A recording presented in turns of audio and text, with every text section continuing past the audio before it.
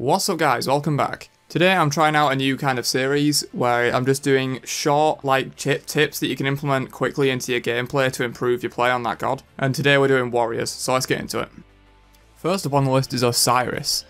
As Osiris is often beneficial to throw sickles as often as possible, even if you're not aiming at anything, just throwing them into walls or whatever, because this helps to stack up Osiris' passive, which gives him damage mitigation, and allowing him to activate the haste effect much easier than if you weren't stacking it up this way. It's usually okay to use it this way because it's got like a really low cooldown, I think it's 5 seconds, and it's like 35 mana or something, really low, so you don't actually lose much for just casting this over and over again because you'll just regen the mana from MP5. It's great for using it if you're like walking to lane or rotating to a team fight where you've got some downtime where you're not doing anything, you can just throw a few sickles on the way.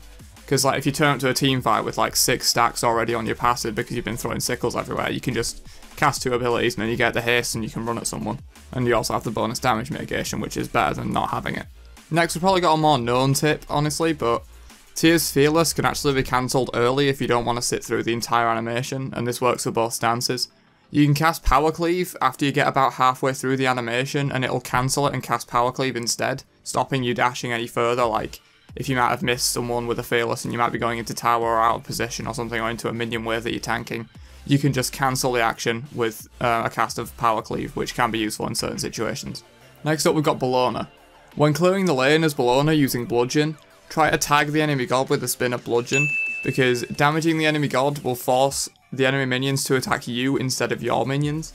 Doing this will group up all 6 minions so you can hit all 6 with the slam and all 6 with your cleave auto attacks from the hammer. And it also stops your minions dying as quickly because the enemy archers aren't pounding them, they're hitting you instead. It can be a bit riskier at early levels, like this will give you really fast clear time at level 1, but you will be tanking archer damage, which can hurt quite a bit. But if you're buying Death Toll, which you should be on Bologna, you can usually heal up most of the damage that you'll take doing this, and you'll outclear almost anybody. The next tip works for 3 gods, Wukong, Erlang Shen, and Vamana.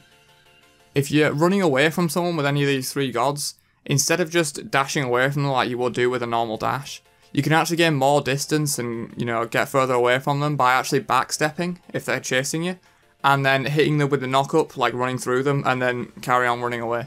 Like using Vamana's dash, Ox form on Wukong, or Turtle form on Erlang Shen, you can get the knock-up, which will slow them down and stop them chasing you, so they won't be able to close the gap as easily. And the final tip is for Amaterasu. We all know Amaterasu's dash silences, right? I would hope you would know that if you've even played the god. But what a lot of people don't know is that it actually silences everyone in a line after the dash hits. Like, you don't have to hit the specific god to silence them. It's just as the dash hits, in like a line AoE in front of the dash, it will silence everyone. This can be useful, say if a Thoth is hiding behind the Ymir charging his ult. You don't actually need to dash past the Ymir, like if he's trying to body block or anything. You can dash into the Ymir, but aim the dash so it would hit Thoth, say if Ymir wasn't there. And it will actually hit Ymir, silence him, but then the silence field will go through Ymir and hit Thoth, cancelling his ultimate, stuff like that, which can make it pretty useful. I hope you guys enjoyed the video. It's kind of a new series I'm trying out, so let me know if you like it, and I'll make more of them if you guys are enjoying them. Also leave suggestions for other videos or any tips you guys thought for warriors or any other class really that I haven't mentioned in this video. That's about it. Peace out, nerds.